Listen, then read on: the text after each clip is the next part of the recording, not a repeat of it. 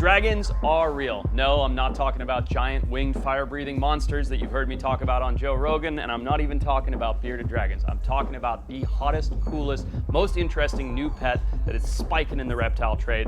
More on that later, but first we're gonna connect with Sean at the Chicago Reptile House and see what they have in store. Let's go. Hey, Sean. How are you? What's up, buddy? How are you? Good. Thanks for letting me pull this guy out. Oh, you got it. Is this one of your breeders? What's the story of this big beardy? No, this is just one of our residents here. It's a 3-year-old male bearded dragon. He's been hanging out here for a month. Nice and fat. Yeah. Beardies are one of people's favorite animals in the pet industry. Absolutely, yep. Yeah. Why is that? I jokingly call them the puppy dog of the reptile world. Is it because they're like this? Yes, just like that. They want to be out and about with people. It's a great animal. They really are awesome. They're adorable, Australian natives, and they're breeding a bunch of different colors and kinds of them now. Correct. Is that right? Absolutely. There's all sorts of different color phases for these guys, adding crazy value to them, anywhere from $100 to $10,000 based on the color. There's $10,000 bearded dragons? Correct. I did not know that. What's this guy worth? About $100. About $100. Okay. Well, look, I don't think people are tuning into my channel to see bearded dragons. You know, there are a lot of really cool kid channels for that, by the way. Let's put this guy back, and you can show me some of the cooler stuff that you guys have here at the Chicago Reptile House. We got a really cool mangrove monitor right behind you. Ooh.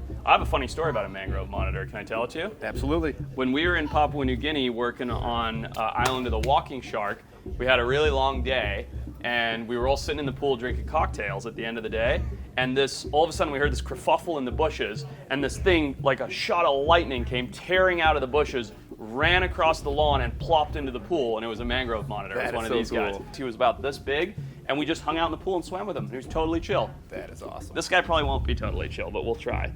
Come here, buddy. Okay, come here, come on. Okay, there we go.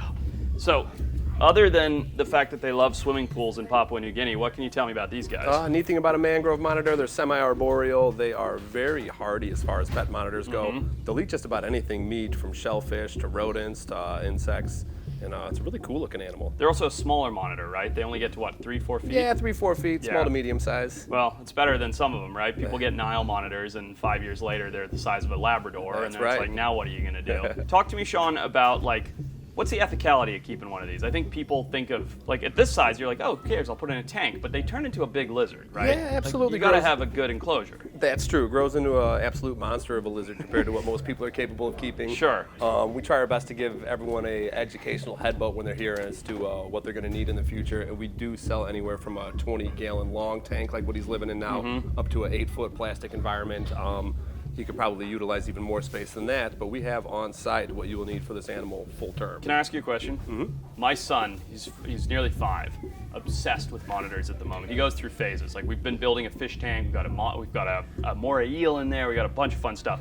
His thing now is monitors. He's like, yeah, we gotta get a monitor. I've never even kept a monitor. What would you suggest? What's the right monitor for me and my son to bond over? If you're dead set on monitors at that age, we're probably gonna start off with something like an Ackies monitor. The Ackies they're like this big. Yeah, but it's a great way to get your feet wet without losing a finger. That's smart. If I lose a finger on my son, I'll feel bad. Yeah, like a 7 out of 10 bad. My wife will kill me. She'll kill me. She has one rule, which is nothing that can eat the dog or the kid. Yeah. So makes sense. All right, well, let's put this little guy back. All right, one of my personal favorites here, blue-tongued skinks. How are these guys not more popular? That's a really good question. They're so cool. They're so chill. These are little guys. People don't realize. I have one at home. He's like this big. I'll be embarrassed to admit what happened to me with my blue-tongued skink. You've probably heard this story before. We went to a reptile show. My wife wanted it. I didn't want it. She's not like a keeper of animals, but she was holding this one. She's like, it's looking at me. So we took it home, and I was like, yeah, they're dry environment. Put it in a nice sandy substrate, nice heat lamp, all of that. The skin on the toes started to come. It was an Indonesian. Yeah. I didn't know. How do you tell? They have a little different appearance. I know the northern versions, Australians, have a little bit more of an orange color. Yep. The Indonesian version have a little bit more banding. So these are Indonesian then? Correct. Okay. Gotcha. See, but now they're making, correct me if I'm wrong, morphs of these guys too, Correct. right? Morphs of both of them and integrates between the two. See, and that was the issue. Is I looked at it and it was this orangey colored skink, and I was like, it's got to be an Australian, from a dry climate, and I was wrong. And I'll be sad to admit that the skin around his toes kind of dried and curled up, and from being in that environment, it took me less than a week to figure out what was going on, and then now he's super happy. He's big, he's fat, and too fat, but it's important that people realize that you can get these animals and they might need a very, very wet environment or a very, very dry environment. That's right. Yeah. To me, they're cooler than bearded dragons. I don't know why they're not more popular.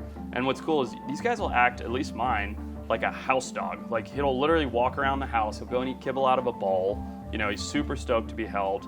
And the name Blue Tongue comes from this unbelievably cool blue tongue that they'll usually only stick out in defense. And this guy's very relaxed, so he doesn't need to be defensive.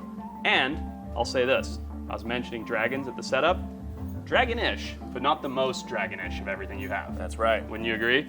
Correct. All right, let's keep making our way towards them because I know where your dragon is, and I'm excited for people to see him. We got some ball pythons here. Ooh, rainbow boas. You don't mind, right? No, have at it. All right, another one of my favorites here. And sadly, Sean, this is an animal that I've been to the Amazon, I don't know, 8 times, never found one in the wild, which drives me nuts because they're so cool. But look at these guys here. These are Brazilian rainbow boas, and they get that name not just because of their beautiful patterning on their skin, but more importantly, you can see where we get a little bit of light from the door there, the natural light. See that rainbow effect? Can you get that? I'm not sure if the cameras are picking it up, but yeah, this one's about to shed. He's got his eyes all milky, but here, let's stretch one of them out. Let's shed already, like this guy. We'll put these guys back. So as you rotate them with that natural light, you see that blue shimmering rainbowy color that you get? That's where the name comes from, and they're just such a stunningly beautiful snake. And I'll admit something that I'm not too proud to admit. I have a buddy who I'm very competitive with in absolutely everything. He loses, so I don't know why he's still competing with me. His name's Nick Mancuso. Hopefully he sees this one day. And him and I have always competed to get our snakes to breed. Because I only have rosy boas, he only has rainbow boas. 2 very simple snakes to breed. Mine have never bred. He's had 150 plus babies from his, so he rubs it in my face like 3 times a year. And I'm actually going to stay with him day after tomorrow, so I'm sure I'll hear all about it. But he has these guys, and they sure are a beautiful snake. And they have nice temperaments typically, right? Usually they're pretty friendly. They can be a little nippy at first, but it's a mellow snake as it matures. Speaking of nippy and animals from South America, I saw some other snakes that you have over there that, from personal experience, I would say are the most shit-headed of all the snakes. Would you agree with that? Oh, yeah. Not gonna lie, I don't really want to hold them. Look how there's a hook sitting here. There's a reason for that. But we're gonna do it anyway because that's how it works. And certain places in the Amazon, Sean, that I've been in Ecuador, there are so many of these snakes. You find 100 plus in a night, easily. Like they're just everywhere. And the way you do it, I don't know if you've ever been down there, but the way you do it is you go down these rivers in canoes and you shine in the trees. Spotlight through the trees? Dude, one tree will have 8 of these snakes in it sometimes. That's cool. Absolutely awesome. So look at him now. So this guy has seen me come in here, and he's starting to posture up like that. He's got those pits, see, on the side of his face. He's getting ready to strike. Every single one of these Amazon tree boas I've ever met has a crappy attitude like this, where they just want to bite you. Now, I've never met them in captivity. Is that the case when they're captive? Yeah, they're definitely one of the more nippy snakes out there. The good news is they're very slow strikers and easy to read, so most of the time you can handle them without losing blood, even while they're trying to bite. Why are they such jerks? Why do you think? They live in a rough world. Anything that lives up in the trees has to deal with a lot of competition. That is true. That's a very good point. And they also are so incredibly diverse, these guys. They come in so many colors. And unlike a lot of animals in the pet trade where you have to breed for crazy colors and things, these guys naturally come in an amazing array of colors. Reds, greens, yellows, browns, tans, all kinds of stuff.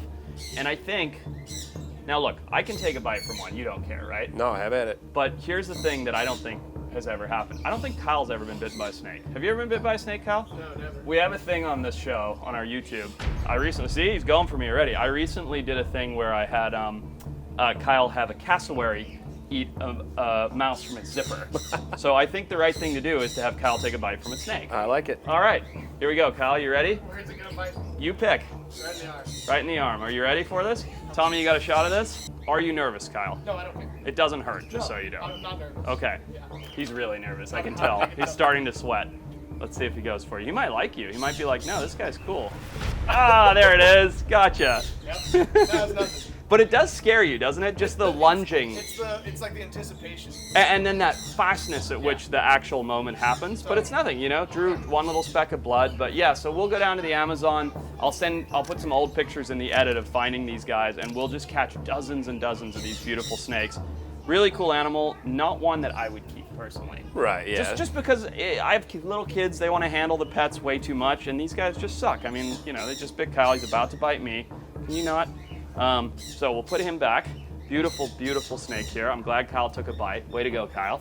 And we'll put him back in here. Okay, There's one more thing that I saw right when I walked in that I want to show off that you guys have before we get to our grand finale of dragons. All right, so at the store, they have so much cool stuff. They have saltwater stuff, they have reptiles, they have amphibians, they have birds, and something that I'm not very attuned with is arachnids and insects. So as I walked in here, Brian mentioned this curly hair tarantula, which is cool. I don't have a phobia of spiders, but I'm not used to handling them. For the most part, you don't just handle a spider. That's one of the three of us that doesn't have a phobia. Okay, you Yeah. guys don't like them? Well, you grab them. I'll let you hold it. No, I'll go for it. I'm not too scared. But what can you tell me about curly hair tarantulas? I know nothing. They're really chill. It's sort of become the #1 pet tarantula, the easiest to, Because they're chill? because they're chill. Yeah, exactly. And they look cool. I mean, it looks like a teddy bear spider, Yeah, really. yeah. Like, look at that. Exactly. Where are they from? Are they Amazonian? They're a New World species, so yeah, I think they're a little north of the Amazon, but Very it's cool. Central New America? World species, correct? Yeah, very cool. And I mean, it is interesting because those hairs can be a big irritant, right? If they're right. disturbed and upset enough, there's two real defense mechanisms they have. One is they have fangs, and they can bite, which hurts. And two is they can release those hairs in sort of a defensive way that can be a major skin and eye irritant, right? That's Yeah. right. But you can see this animal's not defensive. They're It's not chilling, hair flickers it's at hanging out. I'd let my little kid hold one of these. I wouldn't worry about it.